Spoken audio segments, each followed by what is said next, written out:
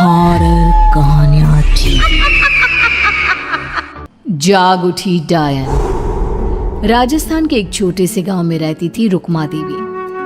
उम्र यही कोई 60 साल की होगी उनकी। गांव के लोग कहते थे कि वो औरत नहीं बल्कि डायन थी, क्योंकि शादी होते ही रुक्मा के पति की मौत हो गई और फिर धीरे धीरे उसके परिवार के सब लोग एक एक करके खत्म हो गए और साथ ही गांव में पड़ा अकाल। जमीन सूख गई, खेती सूख गई, लोग भूखे मरने लगे। रुक्मा को गांव से बाहर निकाल दिया गया और तब से वो गांव के बाहर झोपड़ी बनाकर रहने लगी। कोई भी रुक्मा के घर के आजू बाजू से गुजरता तक नहीं था। एक दिन गांव के रहने वाले रतन और उसकी पत्नी आनंदी को दूसरे गांव से आते वक्त रात हो गई और अंधेरे में रास्ता भटक के वो रुक्मा की झोपड़ी के पास जा पहुंचे। अरे आनंदी, ये क्या हो गया? हम तो रुक्मा डायन की झोपड़ी के पास आ पहुंचे। अब तो सब बुरा होगा। जल्दी जल्दी से निकल यहाँ से। हाँ जी, सही कहते हैं आप। ये डायन हमको खा जाएगी। जल्दी भागो यहाँ से। तभी रुक्मा झोपड़ी से बाहर आती है। अरे रुको, तुम लोग यहाँ मेरी झोपड़ी में आराम कर लो और देखो, इस रास्ते पर आगे मत जाना। हाँ, हमें आगे जाने से इसलिए रोक रही है ना, ताकि हमें मार डाले तू? अरे ना ना, मैं तो तुम्हारी जान बचाना चाहती हूँ, मेरी बात तो सुनो। डर की वजह से आनंदी और रतन वहां से भाग जाते हैं, लेकिन फिर अगले दिन गांव में खबर फैलती है कि रतन और आनंदी ने अपने घर में फांसी लगाकर आत्महत्या कर ली। वजह क्या थी किसी की समझ में नहीं आया। अगले दिन गांव में जोर का तूफान आया और भयानक तरीके से किसी के रोने की आवाज गूंजने लगी। अरे भाई, लगता है उस डायन रुक्मा ने गांव पे काला जादू कर दिया है। हाँ भाई, मुझे भी ऐसा ही लग रहा है।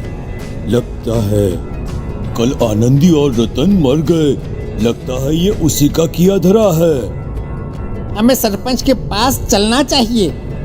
वो दोनों आदमी सरपंच के घर पहुंचते हैं। अरे, तुम इस वक्त यहाँ पर क्यों आए हो? जानते नहीं बाहर क्या हो रहा है? कितनी डरावनी आवाज गांव में गूंज रही है।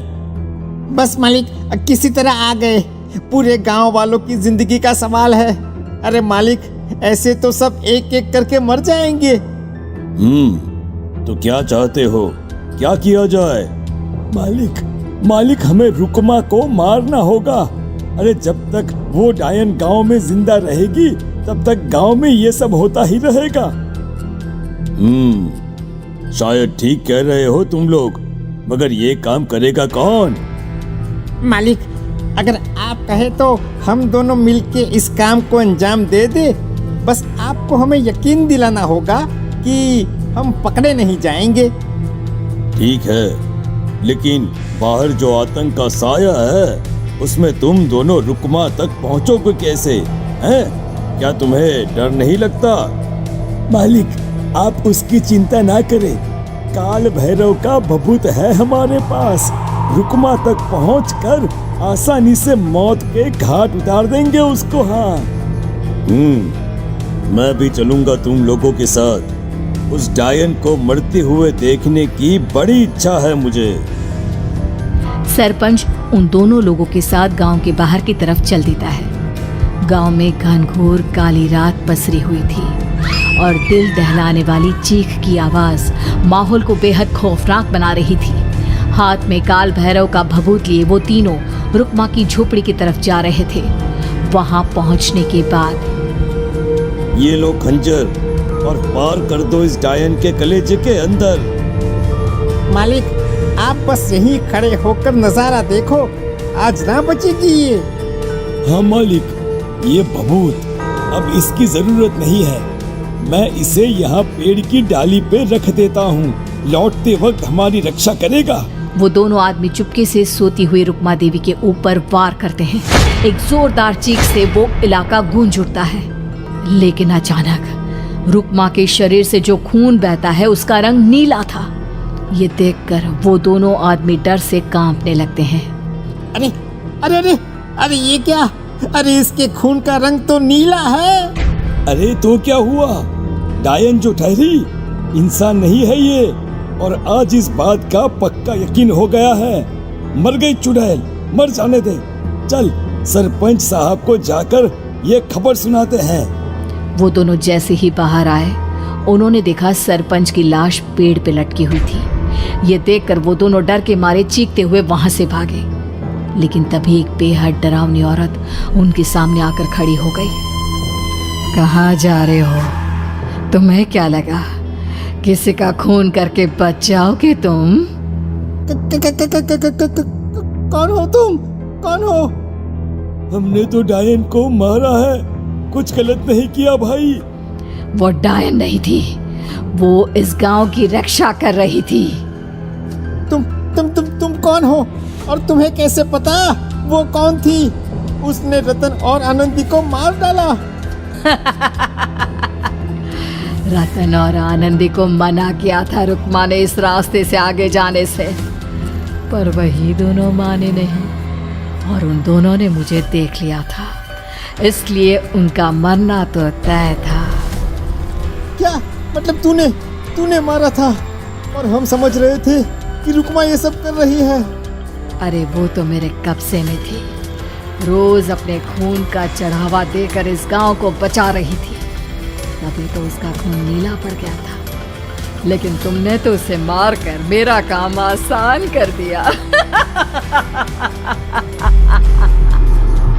अरे नहीं, हम नहीं मानते कि ये सच है।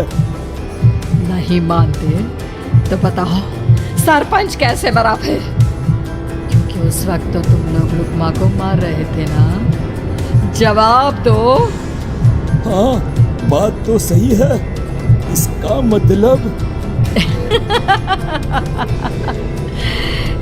मतलब अब तुम लोगों ने अपनी मौत को खुद दावत दी है, क्योंकि जो तुम लोगों को बचाने की कोशिश कर रही थी वो तो अब रही नहीं। अरे लेकिन कौन है वो जो हम लोगों को मारना चाहता है? आत्मा, रुक्मा के घर वालों की आत्मा।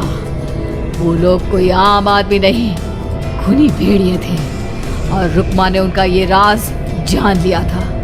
रुक्मा के अंदर शक्तियां थी जिसके चलते उसने उन सबको खत्म कर दिया। क्या? अरे लेकिन पूरा गांव तो समझ रहा था कि रुक्मा अपने घर वालों को खा गई। खा रुक्मा नहीं, मैं आ गई।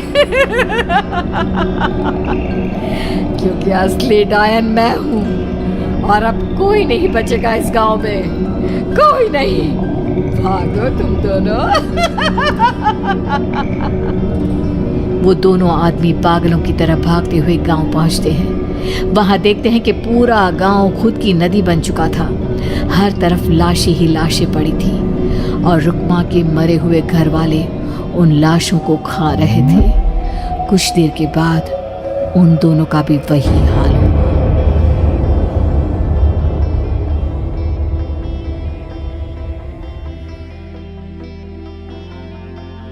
Hello friends, hope you like this video. Please like, share and subscribe to my YouTube channel and don't forget to press bell icon for more videos. Thank you.